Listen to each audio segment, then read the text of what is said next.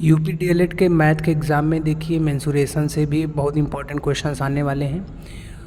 Mensuration 2D के बारे में हम लोग समझते हैं। 2D मतलब जिसके सिर्फ 2 ही डायमेंशन होते हैं। उसके कुछ फिगर्स ये हैं, देखिए जैसे वर्ग है, आयत है, वृत्त है, त्रिभुज, समांतर चतुर्भुज, समचतुर्भुज, समलंब चतुर्भुज, समबाहु त्रिभुज, ये सब 2D शेप्स माने जाते हैं। इनके परिमाप और क्षेत्रफल यहाँ पे लिखे गए हैं। देखिए वर्ग का परिमाप 4 गुणे भुजा होता है। वर्ग की चारों भुजाएं बराबर होती हैं। चारों भुजाओं को जोड़कर वर्ग का परिमाप निकाल सकते हैं। क्षेत्रफल निकालने के लिए भुजा गुणे भुजा।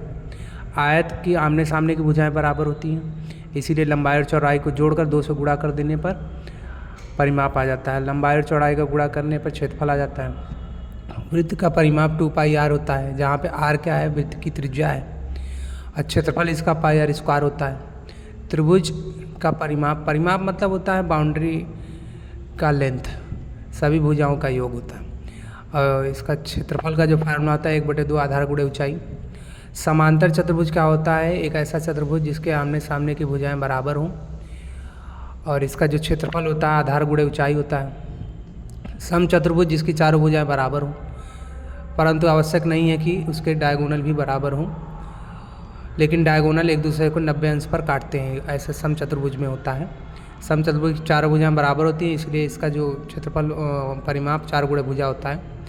और ऐसे ही फार्मूले लिखे गए हैं। एक क्वेश्चन इस पर देख लेते हैं। देखिए एक समलंब चतुर्भुज की समांतर भुजाएं 25 और 12 हैं और उनके मध्य की दूरी 8 है, तो समलंब का क्षेत्रफल ज्ञात कीजिए। तो देखिए यही हमें दिया गया था। समलंब क्या होता है, एक ऐसा चतुर्भुज होता है जिसके भुजाओं का एक जोड़ा, सम्मुख भुजाओं का एक जोड़ा समांतर होता है, उसे समलंब चतुर्भुज कहते हैं।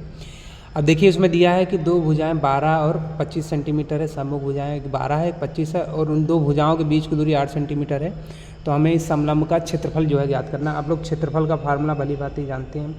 क्षेत्रफल का जो फार्मूला होता है 1/2 गुणे ऊंचाई गुणे समांतर भुजाओं का योग, समांतर भुजाओं का योग। अब देखिए यहाँ पे समांतर भुजाएं कौन कौन सी हैं। समांतर भुजाएं 12 और 25 वाली हैं, यही 2 समांतर भुजाएं हैं।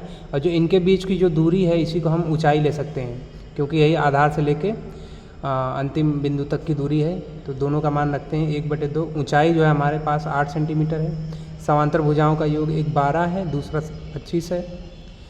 बस सॉल्व कर देते हैं। देखिए 2 और 8 को हम काट सकते हैं, 4 बचेगा। 12 35 को जोड़ेंगे 37 आएगा।